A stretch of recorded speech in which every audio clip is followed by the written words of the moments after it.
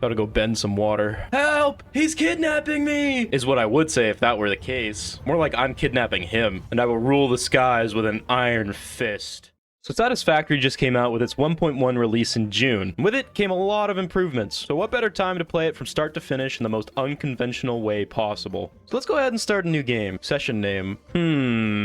My face is melting from high radiation levels. So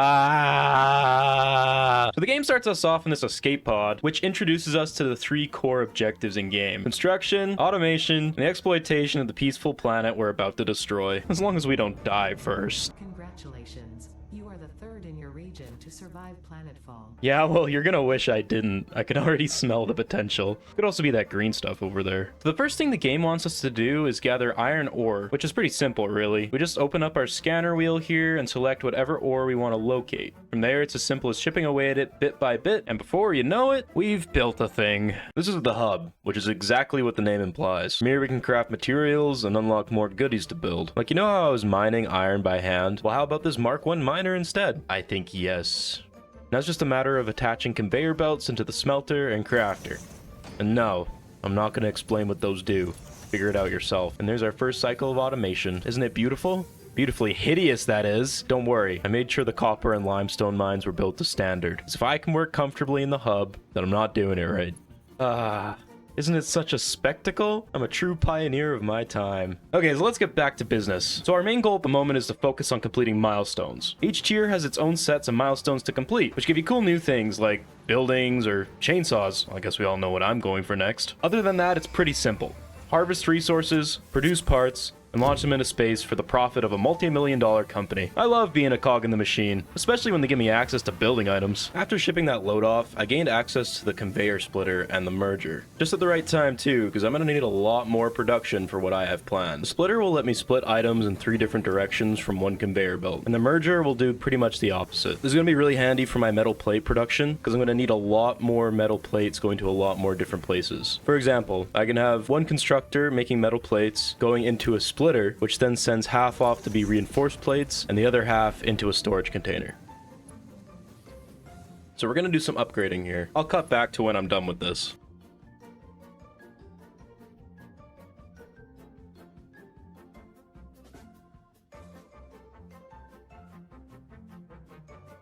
So I'm done, kind of. Basically, I have my iron ingots going through a splitter. Half of them are being made into iron bars, and then the other half are being turned into metal plates. And I have a splitter that takes half the bars to storage, and then the other half go to another constructor to be turned into screws, which then get sent off to storage, along with the metal plates and the iron bars. It's probably the most sane thing I've done this whole playthrough. Now, I did have some more plans, but unfortunately I got sidetracked by the building tab. This is when I realized I kind of needed more metal plates, as what I was making currently was not enough for what I needed. But we'll get back to that when we need to. And I swear it's just a primal instinct to build tall things. Because what do you think the first thing I did when I unlocked the build pieces was? I built a tower to overlook my beautiful artwork, but I think we can do better than a flimsy tower. See, I noticed there's ramps in the build menu, so I got a little creative. It's so peaceful up here. And I saw there was a Mercer stone over there, which usually would require some upgrades to reach. But not anymore. I can just build over to it. I wonder how many situations I can use this in. All this building got me curious. You see that big flying thing over there? I wonder if we could build over top of it and jump on its back. To be honest, I don't even think it has a hitbox, so we'll see what happens. Oh. And I can pet it like a dog. Interesting. Kind of feel like Aang right now. Gotta go bend some water. Help! He's kidnapping me! Is what I would say if that were the case. More like I'm kidnapping him, and I will rule the skies with an iron fist. Well, until I get bored at least. Okay, well, as fun as this is, I've got better things to be doing.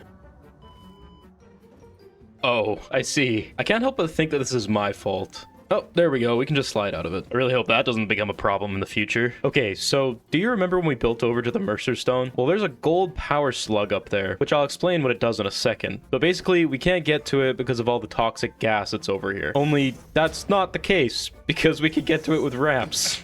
I think this is 100% an intentional feature. Here we are. Now, I'm probably gonna die while trying to grab this, so wish me luck.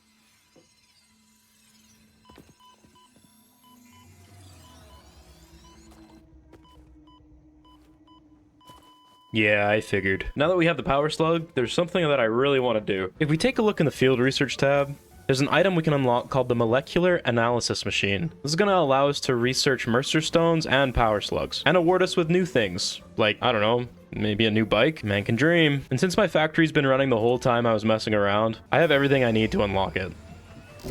Let's put you right here. Perfect. Let's see, alien megafauna, alien technology, nutrients. Oh, there we go. Power slugs. Seems like researching the blue ones gives us a power shard. I have no idea what that's used for, but okay. Seems like in order to get the second level of research, we need to make rotors, which unfortunately I don't have access to yet, and the milestone requirements are more expensive than AAA games these days. This is kind of where I realized I needed way more iron production if I ever wanted a shot at testing the build height limit. Whoops.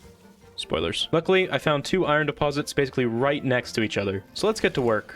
Just gonna put you there, place some conveyors over here, and scene. I think it looks terribly awful, but that's a good thing. Maybe people will find it interesting and stick around for the full video. I heard if you do, you get a piece of cake. Using my newfound wealth, I purchased Silent Hill F for the low price of $100, then proceeded with the next research step. Now, you may be wondering if all this was really worth it. If going an hour out of my way to make more iron sheets just to unlock an item that has absolutely zero value at this point in the game was really the best decision. And yes, it was. Because while it's very disappointing that I didn't get my new bike, I suddenly have an abundance of resources to spend on very important things. Like building ramps up to the height limit, for example, if there even is one, which is exactly what I plan to find out. Just give me a second, this shouldn't take too long.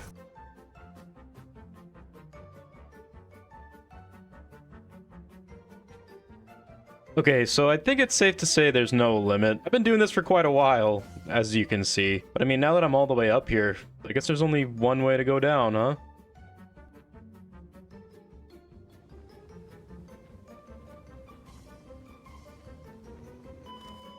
Huh. I wonder who put that there. I also tried seeing how many death boxes you can make by jumping off the top of the platforms. But unfortunately, when you die next to your old death box, the contents of your inventory end up in that one instead of your new one. So that was satisfactory, or at least part of it. I'd say we achieved quite a lot considering my mental handicap. I mean, just look at this beautiful factory. And we even befriended a giant moth thing. To be honest, I still don't know what it is. But anyways, I hope you guys enjoyed the video. It was a blast to make. Leave a like for part 2, and I'll see you in the next one.